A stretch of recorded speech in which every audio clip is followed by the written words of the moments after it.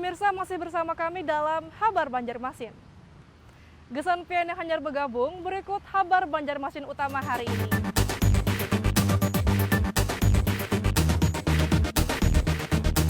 Sebanyak 2 kg lebih narkoba jenis sabu-sabu dimusnahkan oleh kepolisian daerah Kalimantan Selatan pada Rabu siang kemarin. Barang bukti tersebut merupakan hasil pengungkapan 13 kasus sejak bulan November sampai Desember 2020.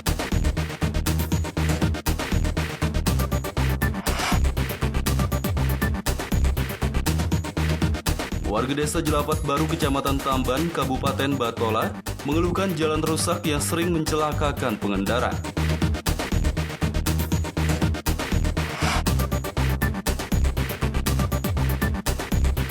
Pembelajaran tatap muka di Banjarmasin telah ditetapkan secara resmi oleh pemerintah setempat, akan dimulai pada tanggal 11 Januari 2021 mendatang. Namun belajar tatap muka hanya akan dilaksanakan oleh tingkat SMP saja terlebih dahulu.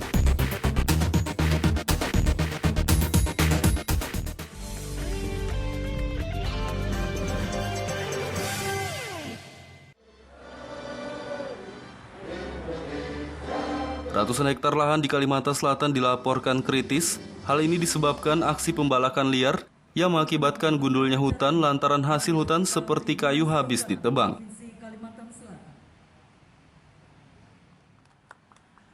Menurut data dari Dinas Lingkungan Hidup Provinsi Kalsel, ada 1.500 hektar lahan yang rusak di Kalimantan Selatan dan 500 hektar diantaranya kritis. Wakil Gubernur Kalsel Rudi Resnawan mengatakan sejak dulu kayu di hutan Kalsel terus-menerus diambil oleh perusahaan dan juga oknum masyarakat yang tidak bertanggung jawab. Mereka terus mengambil hasil alam namun tidak melakukan reboisasi sehingga hutan menjadi gundul, rusak dan kritis. Namun menurutnya kini lahan rusak dan kritis telah berkurang semenjak dicanangkannya revolusi hijau pada beberapa tahun lalu. Kini pemerintah Kalsel juga akan mendukung kerjasama melalui MOU atau Nota Kesepahaman antara masyarakat dengan sejumlah pihak perusahaan industri untuk penyediaan bahan baku kayu. Usaha penyediaan kayu melalui MOU ini dijamin tetap menjaga kelestarian hutan secara berkesinambungan. Dalam mewujudkan suatu kesepakatan bersama yang sangat relevan dengan upaya kita untuk mengelola sektor kehutanan secara lebih baik lagi ke depannya. Tercapainya kesepakatan ini menjadi bagian penting dalam mendukung keberlanjutan gerakan revolusi hijau yang kita mulai sejak tahun 2017 yang lalu. Karena bagaimanapun pengelolaan dan pemanfaatan hasil hutan yang teratur, terukur, dan mempertimbangkan bahwa masyarakat atau yang tergabung dalam kelompok tani hutan, kemudian tergabung juga dalam Gapok Tanhut, mereka bisa mengetahui secara pasti bahwa hasil sengon yang mereka tanam saat ini itu ada yang beli, itu intinya. Jadi kita harapkan mereka akan pelihara sengonnya sebaik-baiknya karena di ujungnya mereka akan ada kerjasama suplai bahan baku antara mereka sendiri dengan industrinya. Itu yang kita harapkan. Melalui kerjasama MOU antara kelompok tani dengan perusahaan industri, pada tahun 2020 telah menghasilkan 200 pohon sengon, sementara di tahun 2021 mendatang ada 2.000 pohon sengon siap ditebang baik milik kelompok tani maupun yang bekerja sama dengan Dinas Kehutanan Kalsel. Dari Banjarbaru, Muhammad Lutfi Darlan dan Fahrulani melaporkan.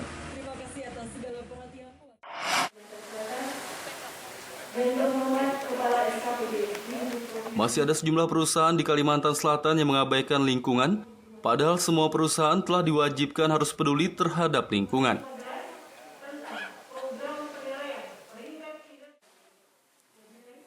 Kelestarian lingkungan hidup sangatlah penting untuk manusia, sudah sepatutnya semua pihak peduli dan menjaga lingkungan. Apalagi bagi perusahaan yang telah diwajibkan sesuai perundang-undangan. Dari sekian banyak perusahaan di Kalimantan Selatan, terdata masih ada sejumlah perusahaan yang mengabaikan lingkungan. Namun juga ada puluhan perusahaan yang justru peduli dan melaksanakan kewajiban pengelolaan lingkungan hidup. Perusahaan yang peduli lingkungan tersebut pun diberi penghargaan oleh Dinas Lingkungan Hidup Kalimantan Selatan melalui program penilaian peringkat kinerja perusahaan dalam pengelolaan lingkungan hidup atau Properda. Kepala Dinas Lingkungan Hidup Provinsi Kalimantan Selatan Hanifah Dwi Nirwana mengatakan, ada sebanyak 23 perusahaan yang meraih predikat biru atau peduli lingkungan. Hijau ini kita memang agak sedikit lebih ketat di dalam memberikan penilaian. Di samping mereka harus memenuhi semua yang mereka perjanjikan di dalam dokumen lingkungan mereka, yaitu bagaimana mereka melakukan pengelolaan lingkungan, mereka juga harus membersamai masyarakat yang ada di sekitar perusahaan. Misalnya saja, mereka ketika melakukan penghematan energi, mereka juga harus bisa ini mengimplementasikan dalam skala di lingkungan sekitar mereka, pada masyarakat yang ada. Kemudian bagaimana mereka mencoba ada di 2 perusahaan ini, yang Antang Gunung Meratus, ini alhamdulillah juga ada upaya mereka, bagaimana mereka melakukan konservasi terhadap bekantan. Pemberian penghargaan penilaian kinerja perusahaan terhadap kinerja kualitas lingkungan hidup ya. Ya, ada 26 perusahaan, tadi satu yang masih merah, kemudian yang biru ada? 23 biru. 23 biru dan 2 hijau ya. Kita berharap yang masih merah dan biru bisa meningkatkan kinerjanya sehingga penilaian kinerja terkait lingkungan hidup tahun depan bisa lebih bagus. 2 perusahaan yang meraih predikat hijau mengaku kepedulian terhadap lingkungan merupakan kewajiban dan tanggung jawab sehingga akan terus dilakukan. Upaya-upaya kami lakukan terus untuk memenuhi kriteria yang 8 item sesuai dengan Permen LH nomor 3 2014. Akhirnya di 2020 untuk penilaian 2019 ini kami mendapatkan proper hijau. Apa yang kami lakukan? Yang pertama adalah kita membentuk sistem manajemen lingkungan. PT Antang Gunung Meratus itu sudah mempunyai ISO 14001 untuk seri yang 2015. Jadi dalam sistem itu dia sudah manajemen semua aspek yang ada 8 item di dalam Permen LH nomor 3 2014. Kemudian dari sisi yang kami tonjolkan sebenarnya di kegiatan program 2019 yang di tahun 2000 yang dinilai tahun 2020 ini adalah yang pertama konservasi hayati sebenarnya. Yang alhamdulillah ini hasil dari komitmen kami untuk menjaga lingkungan yang baik dan menjaga hubungan baik kami dengan masyarakat maupun semua komunitas yang ada di sekitar perusahaan kami. Jadi kita kerjakan sama-sama untuk menjaga lingkungan dan mencoba bekerja sama dengan pemerintah daerah dan institusi-institusi yang lain untuk memajukan Kota Batu dari segi lingkungan maupun di pemberdayaan masyarakatnya. Diharapkan semua perusahaan di Kalimantan Selatan meningkatkan kepedulian terhadap lingkungan agar kelestarian alam bisa tetap terjaga dengan baik. Dari Banjarmasin, Muhammad Lutfi Darlan dan Ahmad Fauzi melaporkan.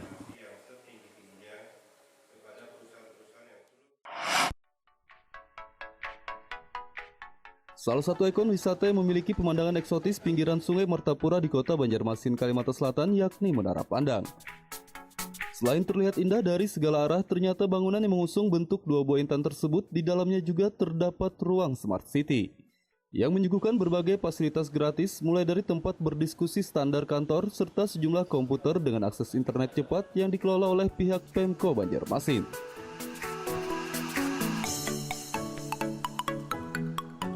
Inilah Menara Pandang, bangunan yang terlihat begitu indah di siring Sungai Martapura, Jalan Kapten Pertendean, Banjarmasin Tengah. Bangunan dengan mengusung bentuk 2 buah intan tersebut saat ini nampaknya menjadi daya tarik tersendiri bagi warga kota Banjarmasin maupun wisatawan yang berkunjung di kawasan siring Sungai Martapura. Keindahan Menara Pandang bisa dilihat dari segala arah, baik dari seberang sungai maupun dari dekat. Bangunan berlantai 3 setinggi 21 meter yang memiliki nilai eksotis tersebut kini telah tercatat sebagai salah satu ikon wisata kota Banjarmasin. Sejak awal dibangunnya Menara Pandang pada tahun 2014 silam, penampilannya terus dipercantik hingga membuat bangunan ini kerap dijadikan objek foto bagi kalangan fotografer maupun wisatawan. Bagi wisatawan maupun warga yang ingin memasuki Menara Pandang cukup mengisi buku tamu saja tanpa dipungut biaya. Di atas Menara Pandang ini kita bisa melihat berbagai pemandangan indah kota Banjarmasin dari ketinggian seperti alur sungai, jembatan, masjid raya hingga arus lalu lintas yang cukup memanjakan pandangan mata.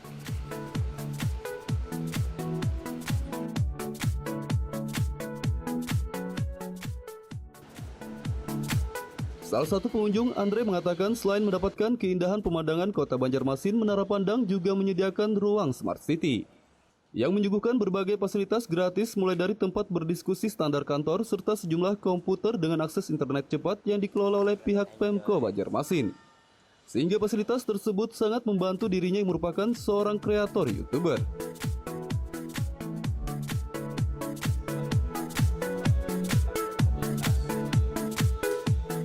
Di Banjarmasin Plaza Smart City.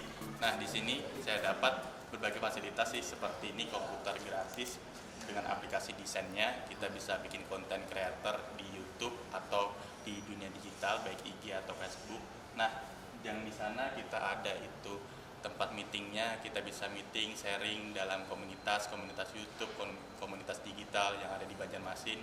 Kita tersupport atau terbantu banget berkat adanya Smart City atau Plaza Smart City ini dengan inisiasi dari Wali Kota Banjarmasin Ibnu Sina. Jadi terbantu banget ada lahan untuk meeting atau tempat santai-santainya. Jadi kita sebagai komunitas YouTube atau komunitas yang ada di Banjarmasin cukup terbantu dan antusias banget kalau berada di sini. Tempatnya nyaman, bersih, dan enak banget. Semua fasilitas di sini gratis, sampai printer aja gratis. Itu sih kalau dari saya. Nah, harapan ke depannya gimana nih? Kalau harapan ke depannya sini lebih ke arah anak-anak yang ada di Banjarmasin atau konten creator atau semuanya bisnis kreatif yang ada di Banjarmasin, silahkan datang ke sini karena sudah difasilitasi oleh Wali Kota Banjarmasin. Jadi jangan ragu-ragu, sudah ada fasilitasnya, ya kita bikin konten bareng-bareng, ya jadi konten creator, dan semua yang ada di Banjarmasin bisa jadi bisnis digital atau ya internet marketer lah, internet marketer yang ada di Banjarmasin lebih berkembang lagi.